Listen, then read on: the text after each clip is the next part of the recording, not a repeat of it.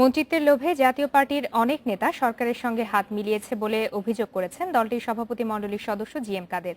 দলের chairman HM. এরশাদের উপস্থিতিতে দলীয় সভায় তিনি এই মন্তব্য করলে তোলপাড় শুরু হয়।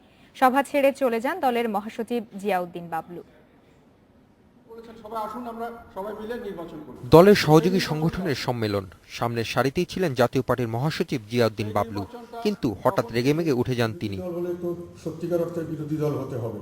বিরোধী দল যখন আমি রেজিস্টার্ড, আমি একেবারে গেজেটেড হয়ে গেছি। জিয়াউদ্দিন বাবলুর এই প্রতিক্রিয়ার কারণ দলের সভাপতিমণ্ডলীর সদস্য জিএম কাদেরের একটি বক্তব্য।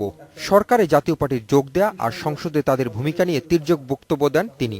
মন্ত্রী থাকলে তারা যদি সংসদে থাকতে চান বা তাহলে একটু এটা সাংঘর্ষিক হয়, আর যদি তারা যদি সংসদ থেকে করতে চান তাহলে ভালো হয়। মানে যদি তারা জাতীয় পার্টি থেকে টেম্পোরারি সরে আসেন তাও ভালো হয়। আওয়ামী লীগের নেতৃত্বে মহাজোট সরকারের মন্ত্রী জিএম কাদেরের এই বক্তব্যের পর সভাস্থলে তৈরি হয় বিরূপ প্রতিক্রিয়া। বিব্রত হন এরশাদও।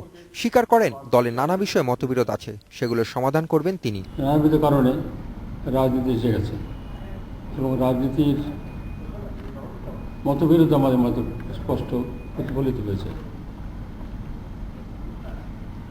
যেটা হয়ে গেছে সেটা আমরা মেনে নিয়েছি।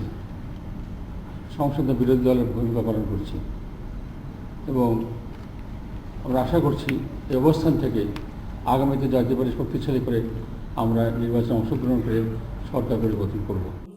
আগামী নির্বাচনে জয়লাভ করে জাতীয় পার্টি ক্ষমতা আসবে বলেও আশা করেন এরশাদ। বলেন, দেশের মানুষ দুই দলকে চায় না, আর বিএনপির নেতৃত্ব নিয়ে দ্বন্দ্ব থাকায় জাতীয় পার্টি অচিরেই দ্বিতীয় বৃহত্তম দল হবে বলে মনে করেন এরশাদ। Hasif Mahmud, independent news, Dhaka.